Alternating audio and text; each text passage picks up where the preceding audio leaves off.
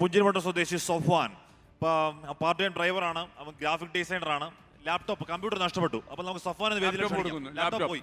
ആർക്കാണ് കൊടുക്കുന്നത്? സൊഫാൻ വരുന്നുണ്ട്. വരൂ. അവന് കമ്പ്യൂട്ടർ ഉൾപ്പെടെ നഷ്ടമായതാണ്. നമ്മളൊരു ലാപ്ടോപ്പ് കൊടുക്കാം.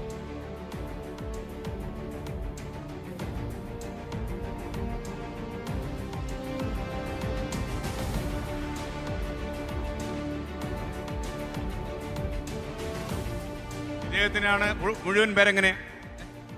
സൊഫ്വാൻ. ആഷ്മി പേര്? സൊഫാൻ.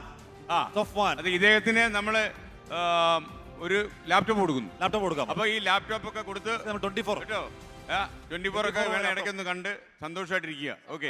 ഗ്രാഫിക് ഡിസൈനർ ആണല്ലേ? അതെ. അപ്പോൾ സഫാൻ എന്തായാലും ലാപ്ടോപ്പ് ഒരു സഹായമാകും. തീർച്ചയായിട്ടും വലിയൊരു സഹായമാണ്. അതൊരു കൂട്ടത്തിൽ നമ്മൾ ഇപ്പോൾ സ്കിൽഡ് വർക്ക് ആൾക്കാർക്കാണ് നമ്മൾ ഓരോ സാധനങ്ങൾ കൊടുക്കണേ. നമ്മൾ മേപ്പാടി മുതൽ ചൂരമല വരെ ചെറിയ പെട്ടിക്കട വരെ വെച്ച് ജീവിക്കുന്ന ആൾക്കാരുണ്ട്. സാർമാർ പറഞ്ഞമാർക്ക് നമ്മളെ ടൂറിസം ഓപ്പൺ ആയാലേ അവരെ ജീവിതം മാറുള്ളൂ. ഇപ്പം മുണ്ടക്കായി ചൂരമല സ്കൂൾ റോഡാണ് നമ്മൾ ടാർഗറ്റ് ചെയ്യുന്നത്. പക്ഷെ അതിൻ്റെ ടൂറിസം ബ്ലോക്ക് ആയതുകൊണ്ട് തന്നെ ഒരുപാട് ജീവിത മാർഗങ്ങൾ നമുക്ക് എന്താണ്ട് ഇല്ലാണ്ട് ആയി പോകുന്നുണ്ട്. അപ്പോൾ അത് നല്ലൊരു ഊന്നൽ നൽകി അവരെ കൂടി ഉന്നമതിയിലേക്ക് കൊണ്ടുവരണമെന്ന് അപേക്ഷിക്കുന്നു. തീർച്ചയായിട്ടും ഈ ടൂറിസം നമുക്ക് മടക്കി കൊണ്ടുവന്നേ പറ്റൂ.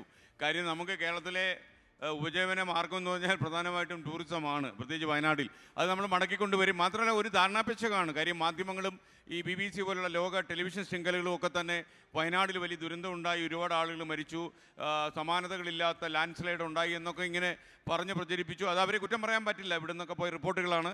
അപ്പോൾ അതെല്ലാം മാറ്റി, ധാരണ മാറ്റി വയനാട്ടിലേക്ക് നമുക്ക് ലോകത്തിലെ പ്രശസ്തരായ ചില മാധ്യമപ്രവർത്തകരെ ഇവിടെ കൊണ്ടുവരണം. ലോക ടെലിവിഷൻ നെറ്റ്വർക്കുകളെ ഇവിടെ കൊണ്ടുവന്ന് നമുക്ക് കാണിക്കണം.